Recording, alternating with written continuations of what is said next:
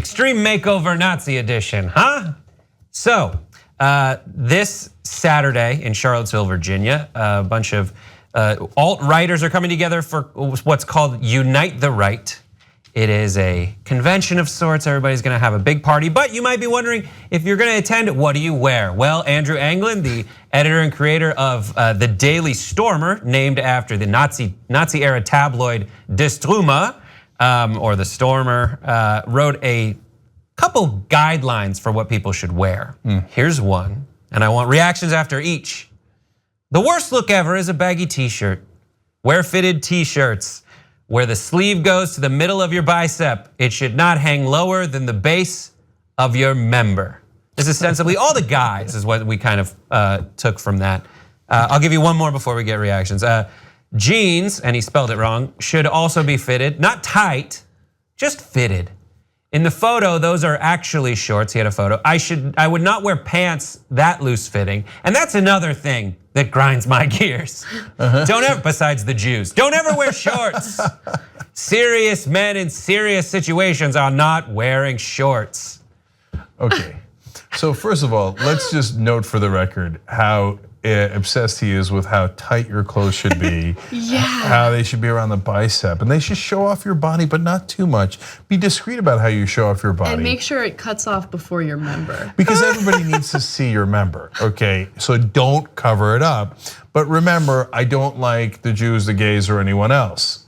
Okay, if you say so. I love it so much. It's so good, and it gets even more absurd. And I'm sure we're gonna get to those details. But real quickly, but when I first read the headline for this story, I thought, oh, this is actually a pretty smart tactic. Because remember back in the day when the KKK looked like clowns with their white robes and everything, people didn't take them seriously. And so they made a concerted effort to change their appearance to seem more respectable.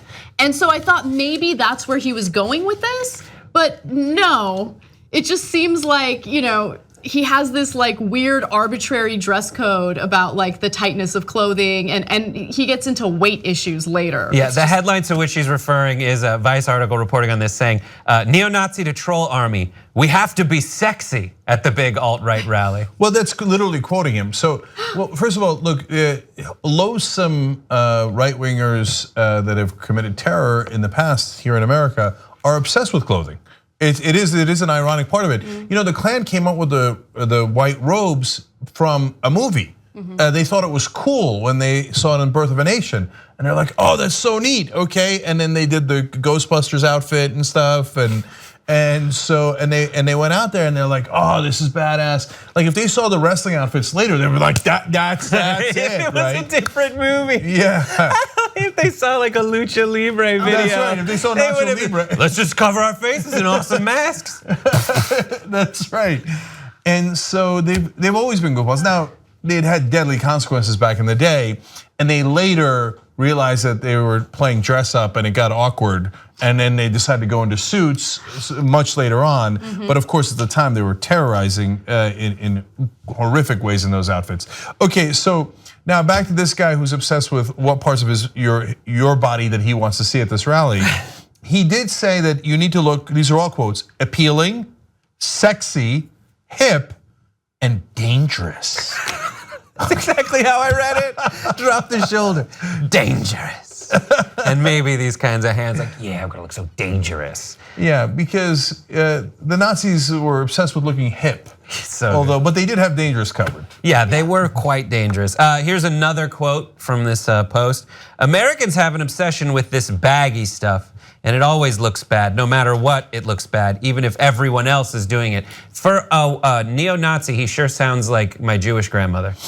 Yeah, there's a lot of irony here. So I want to chime in on that. So I think in the 90s, baggy clothing was in style, but things have changed in clothing quite a bit since then.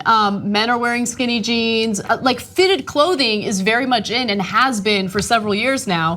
So it's interesting that he's commenting on this as if we're like all wearing Jinko jeans still. Yeah, right. Yeah, like it's just funny. Here's the thing you're talking about, what he says. Fat people should be allowed to join groups. Oh, are you not merciful? And be involved in rallies, but we need to create a culture where we aren't necessarily shaming people. But do look at them and expect them to get it together. We should help people get it together. I'm working on my biggest diet guide ever, which I think will help the overweight and skinny alike, even if they've minimal time for exercise. Now this is my favorite. I mean, of all the sexy, hip, dangerous things, this one takes the cake. So he's like, now look, guys, let's be fair. Let's not shame fat people. That's for Jews and blacks and gays and all those other people.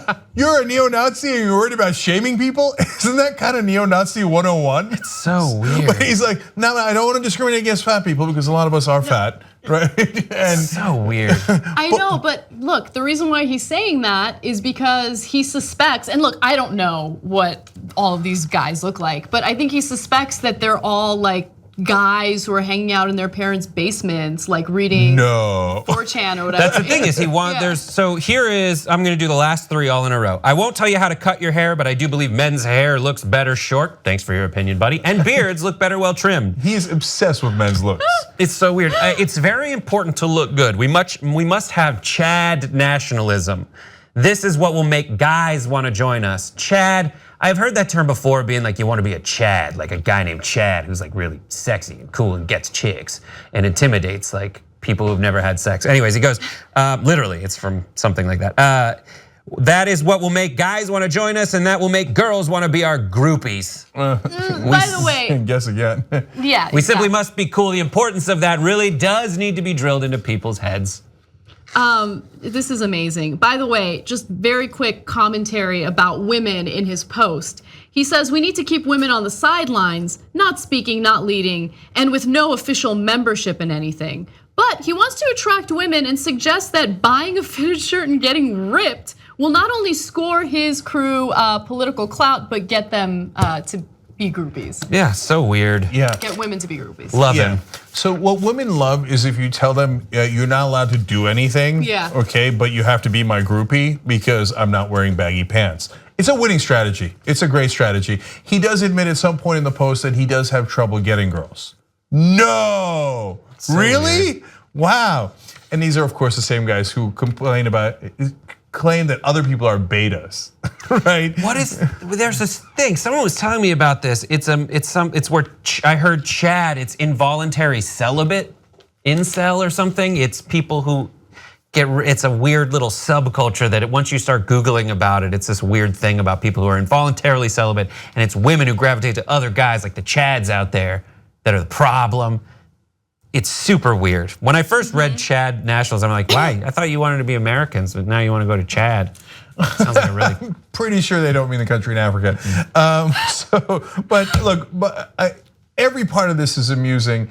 There's going to be apparently left-wing protesters are going to go protest them. They expect 500 of these alt-right guys to show up. First of all, if you've united the right and it's 500 people, wow. Yeah. Second of all, don't go protest these clowns. They want to play dress up. Don't bother. It's almost giving them too much respect to bother doing a counter protest. Exactly. Let them go do their own neo-Nazi Halloween and have fun admiring each other's well-trimmed beards and calling each other funny names like Chad. And look at how pathetic the alt-right neo-Nazi movement has become when they're reduced to talking about, don't worry guys, I've got a diet book coming out. Okay. Go look at their Patreon accounts. It's amazing. All the stuff they're trying to raise money for that are like my awesome little, I just want to do like a car show.